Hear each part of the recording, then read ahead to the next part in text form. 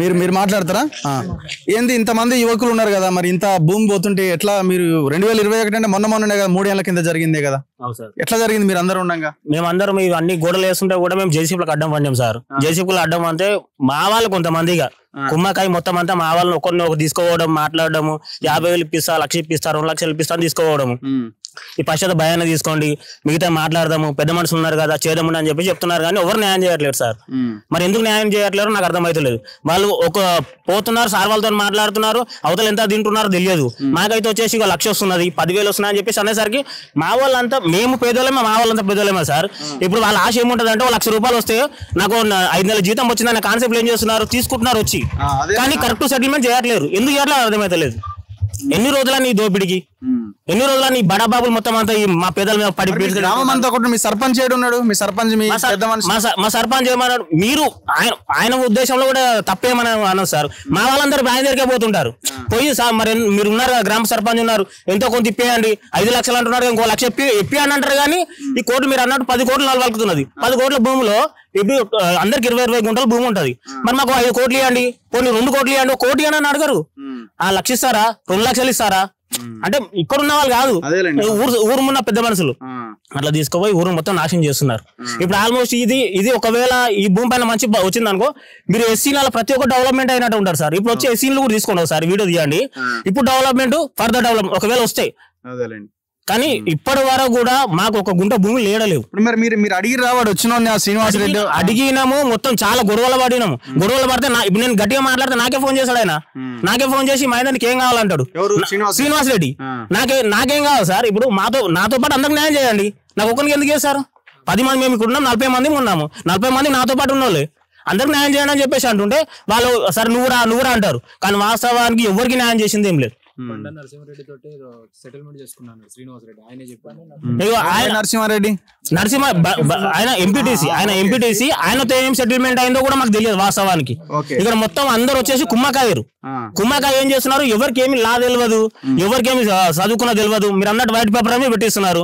White paper అవి పెట్టిస్తే దాని మీద ఇల్లు కూడా రాసుకుంటారు. రేపు పొద్దుగాల ఇల్లు కూడా రాసుకునే అవకాశం ఉంటుంది, ఇంట్లోకి కూడా వెళ్ళిపోండి అని చెప్పేసి గెంటేసే అవకాశం ఉంటుంది. మరి అలాంటప్పుడు ఎవరు మాట్లాడేటప్పుడు ఎవరు ఏం చేయనప్పుడు ఎట్లా సార్? ఎమ్మెల్యే దగ్గరికి పోతే ఎమ్మెల్యే ఏమంటారు, మీకు సగం తీసుకొని మాకు సగం ఇవ్వండి. మా ఎమ్మెల్యే మేము కష్టపడి ఆయన కోట్లు వేయించి మేము గెలిపిస్తే ఆయన ఉద్దేశంలో అదే ఆయన మాట్లాడతారు సగం ఆయన. కానీ ఇంకా మేము ఏం చేయాలి సార్? ఇంకొకటి దగ్గరుకోవాలి. పోలీసులు ఏమన్నా అంటే చక్కగా పిఎస్ వస్తారు, నడవండి, ఎంతమంది నడవండి, బండి లెక్కండి. ఇంకా మీరు ఏడా చూసుకోవాలి కోట్ల. ఆ సివిల్లో వాళ్ళు ఇంటర్మీడియట్ సార్, వాళ్ళు ఎంట్రీ అవ్వాల్సిన అవసరం ఏముంది? ఎంఆర్ఓ నుంచి వస్తాయి.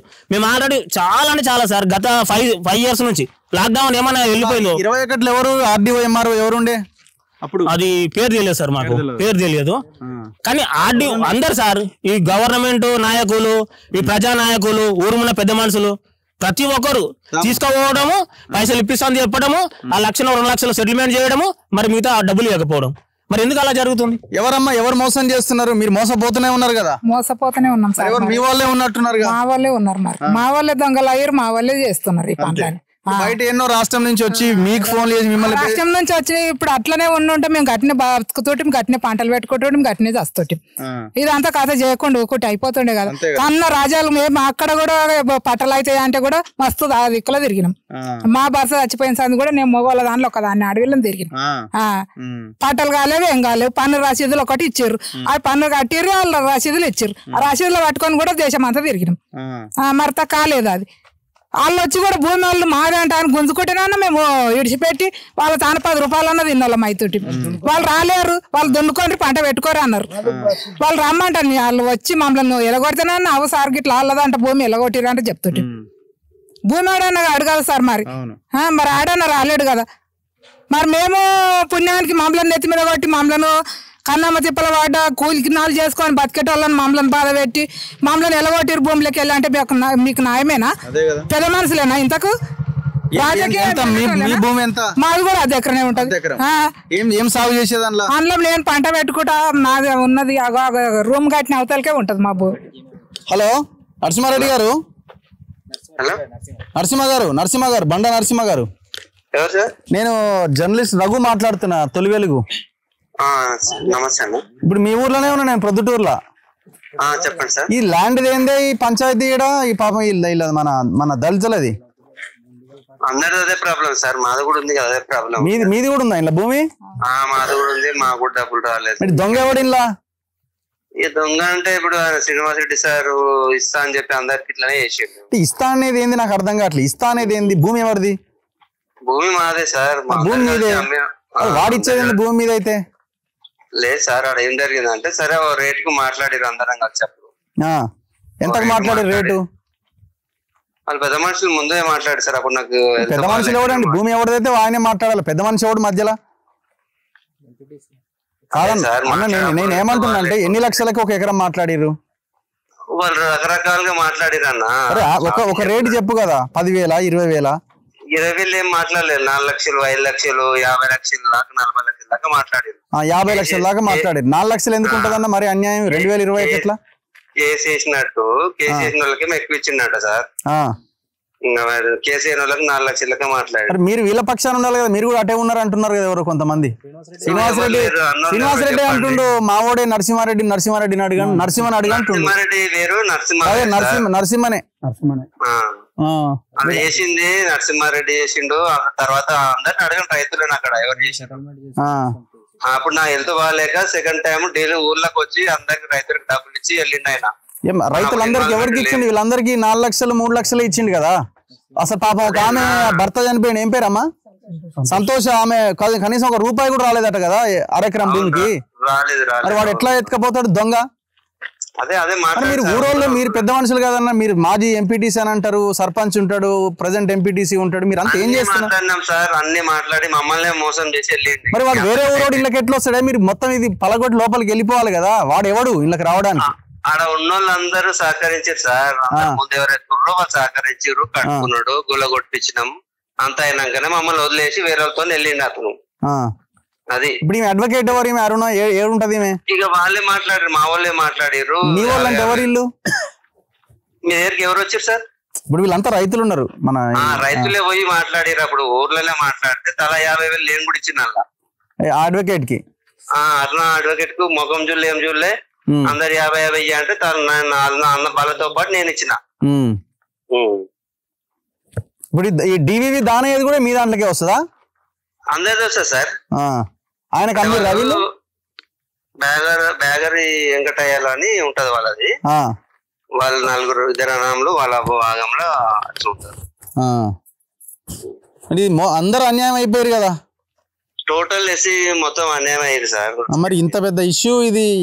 ఎంతమంది, ఎన్ని కుటుంబాలు? 50 కుటుంబాలు మొత్తం ఎస్సీలే. మొత్తం ఎస్సీలే. ఇప్పుడు మీరందరూ ఒక తాటి మీద ఉండి వాడొక ఇదేస్తే వాడు ఎట్లా వస్తాడు ఈ లోపలికి భూములకి? సార్ ఊరు దాటి ఊరు లోపలికి ఎట్లా వస్తాడు వాడు? ఇక ఊరోళ్ళే చెప్పారు కదా సార్. ఊరోళ్ళు ఉన్నోళ్ళే ఆడ సహకరించారని చెప్పాను. అదే అంటున్నా నేను. అయితే వాళ్ళు ఫైల్ మాలను పెట్టి గోడ కట్టించి రైతులంతా భయపెట్టించి వాళ్ళంతా ఉంది స్టోరీ. అని చెప్పారు కదా మీకు అవన్నీ. ఓకే, ఏమమ్మా ఇట్లుంది? మీ దాంట్లోనే ఉన్నారు కొంతమంది. వానికి పైసలకి అమ్ముడు పోయినాడు. ఇప్పుడు పక్క రోడ్ వచ్చి ఈడవాడు తొడగొడుతుంటే మనం ఎందుకున్నట్టు ఈడ? మరి మా దాంట్లో ఉన్నందుకే ఇప్పుడు మాకే ఆత పెట్టినట్టు అయింది. మా అన్నం తిని మాకే కడుపు పోసి. ఏమేసేదానిలో భూమిలో మీరు? మేము అన్ని వేస్తాం. పంటలు పెట్టినాము, జొన్నలు పెట్టినాము, కందులు, మక్కలు అన్ని పెట్టుకుంటున్నాం. ఎవరికి ఇష్టమైన పంట ఆడ పెట్టుకున్నాడు, ఎవరి చిరకలు ఆడు. మరి ఎట్లా దీనికి ఏం చేయాలి? మరి ఇప్పుడు ఏం చేయాలంటే ఇప్పుడు వాళ్ళకి వచ్చినాయి పైసా మాకు ఎందుకు రావద్దు, మేము కూడా వాళ్ళ సరిగ్గా భూమే కదా మాకు అనేది మేము అనుకుంటున్నాం. మీదెంతమ్మా ఎకరం? ఏడుండే మీ భూమి? ఇక్కడ ఆనే ఉండేనా? ఓకే. తెలంగాణ రియల్ ఎస్టేట్ వీళ్ళు సఫరర్స్ అసోసియేషన్ నుంచి కూడా నరసింహారావు గారు వచ్చారు, శ్రీనివాసరావు గారు వచ్చారు. ఒకసారి మనం మాట్లాడదాం. మీరు ముందు నుంచి ఇష్యూ చూస్తున్నారు కదా, కల్ప్రిట్స్ ఎవరు, దొంగలు ఎవరు? ఇలా దొంగలు మెయిన్ శ్రీనివాసరెడ్డి ఎవడు? వాడు విక్రాంత్ రెడ్డి. వీళ్ళిద్దరు పార్ట్నర్స్. విక్రాంత్ రెడ్డి ఎవడు? వైవి సుబ్బారెడ్డి కొడుకు. ఓకే. అయితే వీళ్ళు నా దగ్గరికి ఒక 8 మంది రైతులు ఆన్లైన్ లో నా విజిటింగ్ కార్డు చూసి నాకు ఫోన్ చేస్తే నేను వస్తే వీళ్ళందరూ నాకు లెటర్ ఇచ్చారు. మాకు ఇట్లా అన్యాయం అయింది, మేము దళితులం అంటే నేను వాళ్ళ దగ్గర నుంచి లెటర్ తీసుకొని మీకు చేతనైనంత వరకు న్యాయం చేస్తాను, అన్యాయం అయితే చేయను, మీకు న్యాయం చేసేంత వరకు ఏ రకమైన పోరాటమైనా చేస్తాను నేను అని చెప్పాను. తర్వాత వీళ్ళ గురించి వీళ్ళ అడ్వకేట్ తో నోటీసులు కూడా పంపించాను. నేను మా అడ్వకేట్ తోటి నోటీసులు కూడా పంపించినాం. పంపిస్తే వీళ్ళు ఎవరో కూడా తెలియదని శ్రీనివాస్ రెడ్డి రిప్లై ఇచ్చిండు. ఎవడో కూడా తెలియదని రిప్లై ఇచ్చిండు. ఎవడో తెలియదని రిప్లై ఇచ్చిండు నోటీసులలో కూడా. వీళ్ళ గురించి ఎక్కడ ఎస్సీ కమిషన్ కూడా నేను కంప్లైంట్, సెంట్రల్ ఎస్సీ కమిషన్ కూడా నేను లెటర్ పెట్టినా. దీని మీద వీళ్ళ గురించి పోరాటం చేస్తా, దళిత సంఘాలందరినీ సంప్రదిస్తా, వీళ్ళ గురించి ఎంత దూరమైన పోరాటం పోవడానికి సిద్ధంగా ఉన్నా నేను. ఓకే. సో ఇప్పుడు ఇది టోటల్ గా వీళ్ళ భూమి అని మనం ఎట్లా నిరూపించగలుగుతాం? ఎందుకంటే వీళ్ళకి పట్టాలు లేవు, సరే వీళ్ళు కాస్తులో తరతరాలుగా ఉన్నారు. ఈ ఓఆర్సీ ఆక్యుపెన్సీ సర్టిఫికేట్ కూడా అధికారులు వేరే వానికి ఇవ్వడం జరిగింది. తెలంగాణలో కేసీఆర్ వచ్చిన తర్వాత ఎలాంటి డాక్యుమెంట్ అయినా చేంజ్ చేసిరు, ఎలాంటిదైనా ధర్నీలో చేంజ్ చేసారు. వీళ్ళు కూడా దళితులు ఉన్న ఏదో కోటీశ్వర్లు అయితే వీళ్ళు కూడా ఫైటింగ్ చేద్దరు, అక్షరముఖరాని దళితులు వీళ్ళు. ఈ దళితుల గురించి మనం పోరాటం చేసేందుకు నేను ముందుకు వచ్చిన. వాళ్ళ గురించి పోరాటం చేయాలి. ఈ మన ఉన్న అధికారులు ఏం చేస్తారంటే ఎక్కడైనా సరే నోటీసులు ఇస్తారు, సభగా ఊకుంటారు, అంతవరకే. నీకైనా రిప్లై కావాలంటే ఇస్తారు, యథారీతిగా పని నడుస్తుంటది. ఇప్పుడు అధికారుల ఓఆర్సీ ఎట్లా ఇస్తారు? కాస్తులో ఉన్నది వీళ్ళు కదా, వేరే వాళ్ళకి వీళ్ళు కాస్తులు ఊరు వీళ్ళ పేర్లు కూడా మెన్షన్ చేస్తూ ఎవరు అమరేందర్ రెడ్డి వేరే వాళ్ళ తాతల నుంచి ఏదో కాగితం మేము కొన్నట్టు రాపించుకొని అమరేందర్ రెడ్డి అంటే ఆయన దీన్ని ఓఆర్సీ ఆయన పేరు మీద, తర్వాత శ్రీనివాస్ రెడ్డి శ్రీరామ్ రెడ్డికి వచ్చింది, శ్రీరామ్ రెడ్డి నుంచి మన ఈ విక్రాంత్ రెడ్డి శ్రీనివాస్ రెడ్డి ఇద్దరు కలిసి కొన్నారు. ఈ విక్రాంత్ రెడ్డి దగ్గర నుంచి మిగతా వాళ్ళంతా వీళ్ళు డివి దానయ్య, తర్వాత సుభాష్ రెడ్డితో కూడా మాట్లాడినా నేను. ఇదేంటి ఎవరిచ్చారు ఇది? శ్రీనివాస్ రెడ్డి అంట. ఆ చెక్కులు పాస్ కాలే ఇంతవరకు కూడా, కొంతమంది చెక్కులు పాస్ కాలే. నక్కా కృష్ణ పేరుతో 2 లక్షల చెక్ ఇస్తే కనబడతలేదా?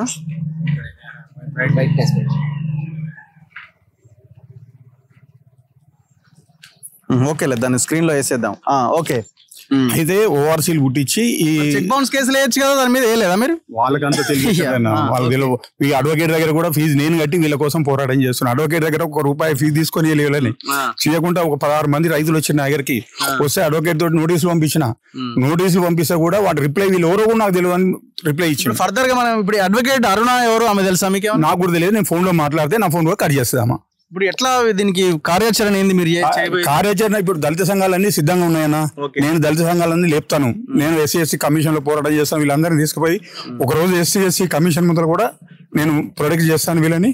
అవసరం కూడా సెంట్రల్ ఎస్సీ కమిషన్ వరకు కూడా పోవడానికి సిద్ధంగా ఉన్నాను. ఇప్పుడు అడగొద్దు కానీ ఎస్సీ మాలనా మాది అని అడగాల్సి వస్తుంది. ఇప్పుడు అంత మాదిగా సామాజిక. ఓకే ఓకే, ఇది పరిస్థితి. ఈ 240, 241, 249లో ఈ ఫస్ట్ కల్ప్రిట్ ఎవడంటే వీడు శ్రీనివాస్ రెడ్డి అంటాడు. ఫస్ట్ కల్ప్రిట్ ఈ శ్రీనివాస్ రెడ్డిని ముందు పెట్టి ఈ వెనకాల వైవి సుబ్బారెడ్డి కొడుకు ఇంకా కొంతమంది మిగతా వాళ్ళు ఇందులో భూములు కొన్న వాళ్ళంతా నడిపిస్తున్నారు. చాలా దారుణం, చాలా దుర్మార్గం, అన్యాయం. 55 కుటుంబాలు అన్యాయం అయిపోయి రోడ్డు మీద ఉన్నాయి. దళిత సంఘాలు కూడా రెస్పాండ్ కావాలి. మందకృష్ణ మాదిగ లాంటి వాళ్ళు దీన్ని టేకప్ చేస్తే ఈ ఇష్యూకి ఒక పరిష్కారం దొరికే అవకాశం ఉంది. ఎకరం ఇక్కడ ఎంత లేదన్నా 5 నుంచి 10 కోట్లు మినిమం ఉంటుంది, తక్కువలో తక్కువ. మరి 4 లక్షలు ఏ రకంగా న్యాయం? ఇది ఏ రకంగా న్యాయం? మరి కొన్న భూమి కూడా వీళ్ళు జెన్యూన్ గా కొన్న భూమి కూడా కాదు, దొంగ సర్టిఫికెట్లు తెచ్చి దొంగ పత్రాలు సృష్టించి వీళ్ళు ఆ భూమిని చేజిక్కించుకున్నారు. పేరుకు మళ్ళీ బయట ఏమో వీళ్ళు ఆల్రెడీ డబ్బులు తీసుకున్నారని ప్రచారం చేస్తున్నారు. మీరు ఇచ్చే 3 లక్షలు 4 లక్షలు కొన్ని చెక్కులు ఇంకా పాస్ కాలే, కొంతమందికి అసలు రాలే. దేనికి అది? సో దీని మీద ఖచ్చితంగా మన తొలి వెలుగు ఫైట్ చేస్తుంది. దీని మీద దళిత సంఘాలు ముఖ్యంగా రెస్పాండ్ కావాలి. హైదరాబాద్కి కూతవేటు దూరంలో ఉన్న ఈ శంకరపల్లి మండలం, రంగారెడ్డి జిల్లా, చేవెళ్ల నియోజకవర్గం, కాల యాదయ్య, ఇది ఏని రిజర్వ్డ్ కాన్స్టిట్యున్సీ కదా ఇది. ఆయన కూడా మాదిగా సామాజిక వర్గమే కదా. ఆయన దగ్గరికి పోతే సగం మీరు సగం తీసుకోరు అంటున్నట. ఇంతకంటే దుర్మార్గుడు ఉన్నారా ఎమ్మెల్యే? మీకు సగం నాకు సగం, సేమ్ ఇట్లనే కూడా 111 ఏది మన అపర్ణ కన్స్ట్రక్షన్స్ వాడి దగ్గర కూడా పోయింది 50 లక్షలు తీసుకుంటే అవతల పడ్డాడు. ఆ రైతులను గాలికి వదిలేసి గిరిజన లంబడోళ్ళని. సో ఇక్కడ కూడా మాకు సగం మీరు సగం తీసుకోరు. ఆల్రెడీ వీడు సగం ఇచ్చి ఉంటాడు నాకు తెలిసి ఎమ్మెల్యే, డౌటే లేదు అందులో. ఇంత మోసపోయారు వీళ్ళు పాపం. సో అందుకే దళిత సంఘాలు రెస్పాండ్ కావాలి దయచేసి. చాలా దగ్గరగా ఉన్న ప్రాంతం ఇది. ఈ భూమిని ఈ రైతులకు వచ్చేలాగా చేయండి. ఒకవేళ ఈ భూమి రాకపోయినా అట్లీస్ట్ వాళ్ళకి ఆ భూమి మార్కెట్ వాల్యూ ప్రకారంగా ఆ భూమి వాళ్ళకి ఆ ధర కట్టించి ఇవ్వాల్సిన అవసరం అయితే ఉన్నది. కెమెరామెన్ పాషాతో రఘు, మన తొలి వెలుగు.